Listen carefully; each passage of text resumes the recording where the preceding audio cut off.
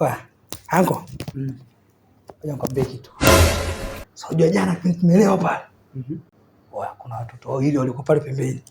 Mtoto ni mkali kiloma anko nikwambie. Sasa wewe anko jana ulielewa. Matukio bora nakumbukaje?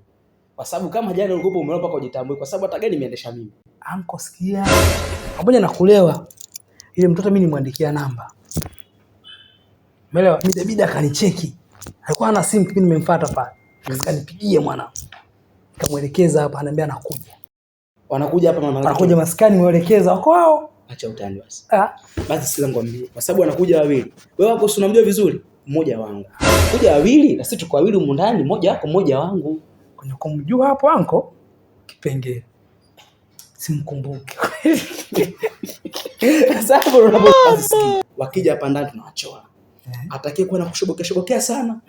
Unapita naye. Afu mwingine anapita naye mimi. Sasa ango masharti. Kama kwa kiwa mbangu mzuri sio kanigeuka, ukawi kununa. Mpigie lakini nahisi ni hapa. Au tugonge? Mpigie bwana. Akichoka wengine. Anaweza kanishobokea mbaya. Si ndio kwako anko?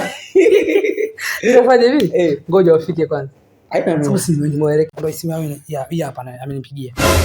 Mambo ni safi. Nimefika. Kwisha wewe. Kwisha mimi. Kwisha kabisa. Telea pote. Kuvambaria manji. Kuvambari punda milia. Aya sawa. Karibu. Goodbye.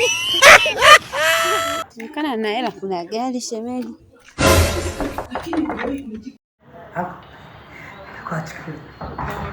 Leo kazi ipo. Kazi ipo. Umefika? Hai.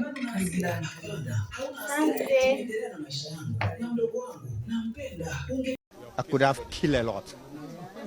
I'm telling you. Look at my face. Like I could have killed a lot of people. My son, my car.